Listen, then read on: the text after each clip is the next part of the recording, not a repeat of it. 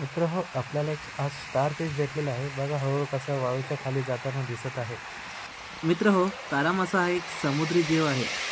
हे पाय बघा कसे वळवताना दिसत आहेत आपल्याला.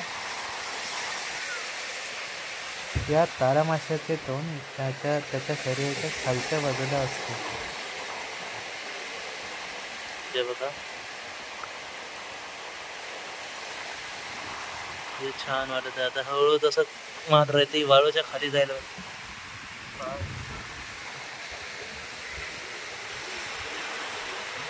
ब्ल्यू कलर मध्ये चेंज केलेला आहे त्याने. तारा मासा हा मांसाहारी प्राणी आहे, ज्याला क्रॅम्स, टरफले आणि शिंपले खायला आवडतात. बघा हळूहळू खाली जात आहे. मस्त. हळू माती हळू सगळी बघा वरती येत आहे.